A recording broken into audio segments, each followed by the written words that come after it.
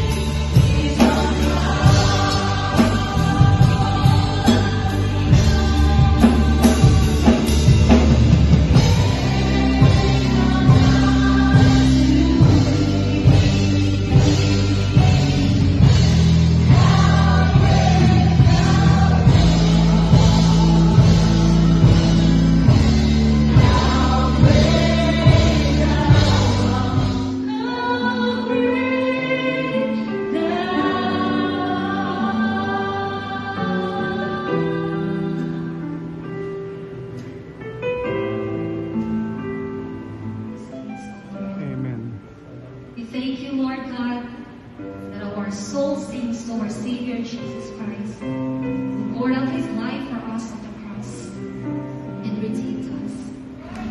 As we sing Anita Samantala.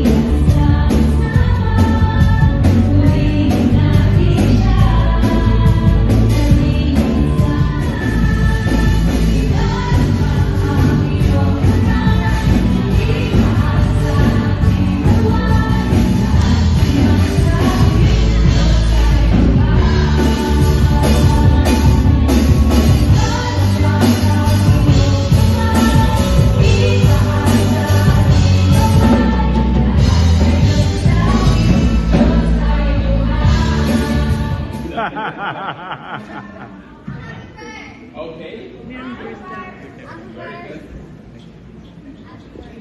1 John 4 verse 19.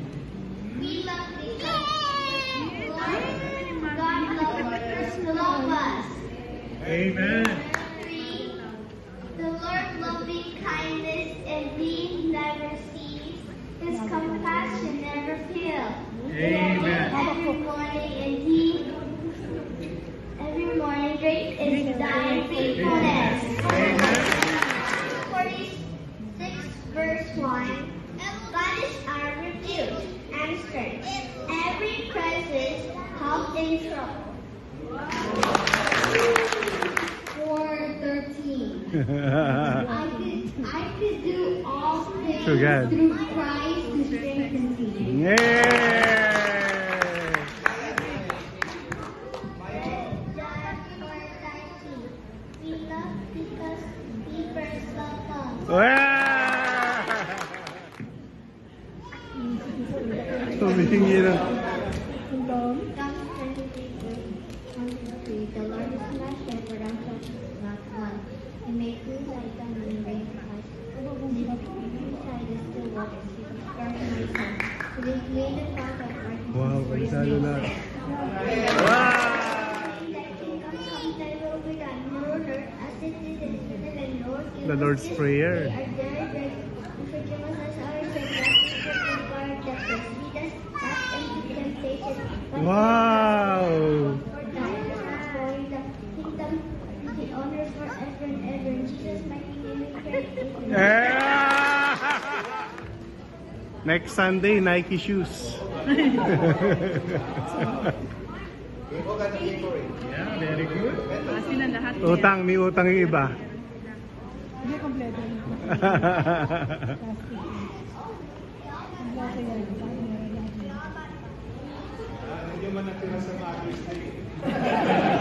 Do not forget my teaching, but keep my commands in your heart, for they will prolong your life many years and bring you peace and prosperity. So, being of these children, Lord, we ask you today to plant deep within their heart a holy reverence for you, for the fear of the Lord is the beginning of wisdom. May they grow in the knowledge and the understanding of you, of who you are. Let your truth be their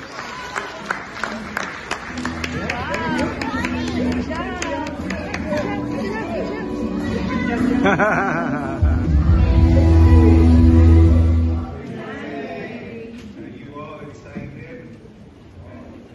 And thank you for those memory verse. At least pati si Mami at si Daddy natututong mag-memory verse. Alright. Concerns. And our team learned a lot from the local church there in the Philippines. We learned from them how to be resourceful in ministry, their passion for plan Sundays. Papunta sa Easter Sunday, we talked about, we focused on the book of John. Specifically, we started in John chapter 18. It's about betrayal.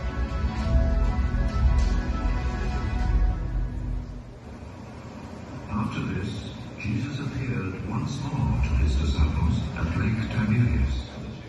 And we have a great God, a great teacher.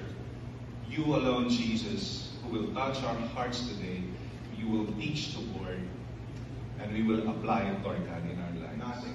When daybreak came, so nagbumaga na, Jesus stood on the shore, but the disciples did not know because he was medyo malayo siya.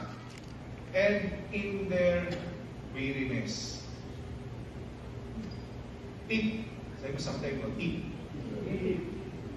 Last whole week out, there is this voice that you didn't hear audibly, but you know it's the Lord. How do you know it's the Lord? Because you have this, great relationship with Jesus. Because I can carry that. If you're going through something, come to the altar. Your pastors will be here. They will pray for you.